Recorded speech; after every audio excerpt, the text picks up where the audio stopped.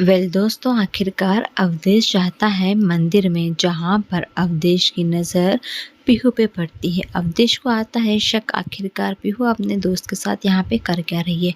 पंडित जी से पूछने के बाद बताया जाता है कि पीहू की शादी फिक्स हो गई, जिसके कारण पीहू और पूरे परिवार के साथ यहाँ पे आ गई है शादी के खुशखबरियाँ देने के लिए, साथ ही साथ में पूजा करने के लिए।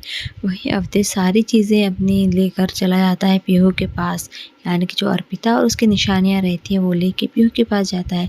पीहू से सवाल करता हुआ नज़र आता है कि तुम सारी चीज़ों को भूल गई हो क्या? तुम्हें ये सब कुछ चीज़ें याद भी नहीं है क्या? तुम सच में नाटक कर रही हो या सच में भूलने की बीमारी की यहाँ पे दिखावा कर रही हो?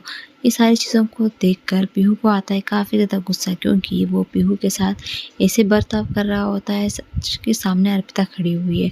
पीहू कहती है कि चलिए, चाहे कुछ भी हो जाए, मैं तुम्हारा चेहरा नहीं देखना चाहती हूँ, साथ ही साथ में मैं तुम्हें बात नहीं करना चाहती हूँ। तो पीहू को वार्निंग देता है कि जो भी लड़का तुम्हारे साथ में शादी करेगा मैं उसे जान से मार दूंगा। ये कहते हुए अवधेश घर चला जाता है।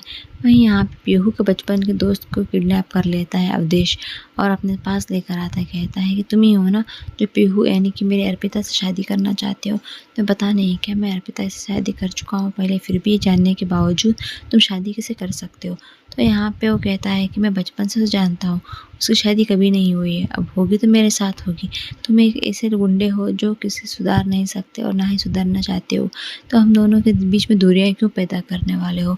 और तुम तुम्हारी ज़िंदगी में आगे बढ़ जाओ, तुम भूल जाओ जो कुछ भी तुम्हारे साथ हुआ है। ये सारी चीज़ों को चुपचाप से सुन रही होती है भाभी। जी हाँ दोस्तों, आखिरकार कहानी में आएगा ये नया मोड़। कुछ तो ना कुछ ज़रूर प्लान करते हुए नज़र आती है भाभी, कुछ ना कुछ तो ज़रूर अब यहाँ पे बर्बाद करने वाली है। भाभी का प्लान अब होगा कामयाब या नहीं, देखना काफ़ी ज़्यादा इंटरेस्टिंग सा होगा। साथ ही साथ में आपको क्या लगता है आप कमेंट में ज़रूर बताइएगा।